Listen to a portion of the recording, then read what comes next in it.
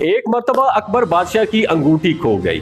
اکبر بڑا پریشان ہوا کیونکہ یہ اس کے باپ کا تحفہ اور نشانی تھی۔ جب بیربل دربار میں پہنچا تو اکبر نے سارا ماجرا اس کو سنایا اور اسے کہا کہ تم بہت سیانے بنتے ہو، اب ذرا ہماری انگوٹھی ڈھونڈ کر دکھاؤ تو میں تم کو پھر جانتا ہوں، میں تمہیں مانتا ہوں۔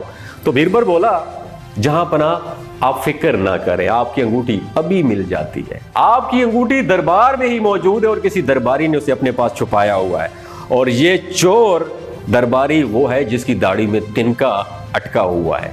جس درباری کے پاس انگوٹھی تھی وہ خوفزدہ ہو گیا اور غیر ارادی طور پر اس کا ہاتھ اپنی داڑھی کی طرف اٹھ گیا۔ بیربل کی تیز نگاہوں نے فوراً اس درباری کو بھانپ لیا اور اس کی طرف اشارہ کرتے ہوئے بولا کہ جہاں پناہ یہی وہ چور ہے جس کے پاس آپ کی انگوٹھی ہے، اسی کی تلاشی لیجئے۔ تلاشی لینے پر انگوٹھی برآمد ہو گئی۔ اکبر بڑا حیران ہوا کہ بھلا بیربل کو چور کا پتہ کیسے چلا۔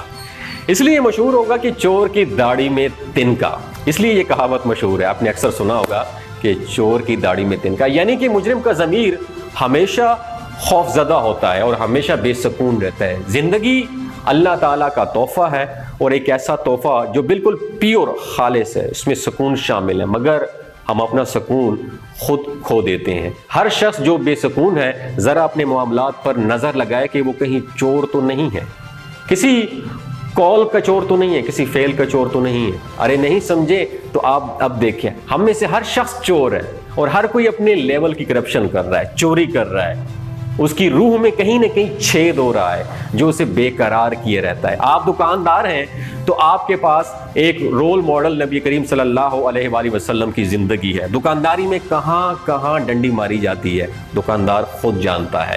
آپ ٹیچر ہیں تو بھی رول ماڈل موجود ہے کہ ٹیچر کا کام پڑھانا نہیں، سکھانا اور انسان بنانا ہے۔ آپ کسی بھی شعبے کے ہیں، آپ کو پتہ ہے کہ اخلاص میں تنکے کون کون سی چیزیں ہیں، آپ کو معلوم تو ہے، مگر نفس آپ کو دلیل دیتا ہے، جواز نکال دیتا ہے۔ دو اصول ہمیشہ یاد رکھیں، ایک تو کسی کا برائی کرنا، دوسرے کے لیے برائی کا جواز نہیں، دوسرا ایک برائی دوسری برائی کا بھی جواز نہیں۔ آپ ان تنکوں کی لسٹ بنائیں، اپنے شعبوں کے سارے تنکے آپ کو پتہ ہیں، پھر ان تنکوں کی آہستہ آہستہ صفائی کر دیں، اپنے کردار میں سے، اپنے یقین میں سے تنکے نکال پھینکیں۔ تنکے کا ایک نام دوستو یاد رکھیں، بہانہ بھی ہے۔ اپنے کاموں میں، فرائض میں بہانہ نہ لائیں، اپنے حصے کا کام اور اللہ پہ توکل ضرور کریں۔ ہم سب توکل مع الاسباب کے درجے پر ہیں۔ اسباب کر کے توکل کرنا ایمان و یقین کا ابتدائی درجہ ہے۔ غلط فہمیوں سے نکلیں۔ اس کی مثال اس طرح سے ہے کہ ریڑھی لگانا، فروٹ سبزی سجانا آپ کا کام ہے، پھر ہو کے دکھانا، صدا لگانا، آواز لگانا آپ کا کام ہے، اس کے بعد کسٹمر کا دل مائل کرنا میرے اللہ کا کام ہے۔ اللہ نے کفار کو ایسے اتنا نہیں نوازا، انہیں ان کی محنت کا صلہ ملتا ہے۔ دوست کہتے ہیں کہ غیر مسلم بہت ایماندار ہوتے ہیں، میں کہتا ہوں اس لیے کہ انہوں نے اپنے اسلاف کے اصول، قرآن حدیث کے اصول اپنا لیے اور ہم نے تنکے چننا شروع کر دیے۔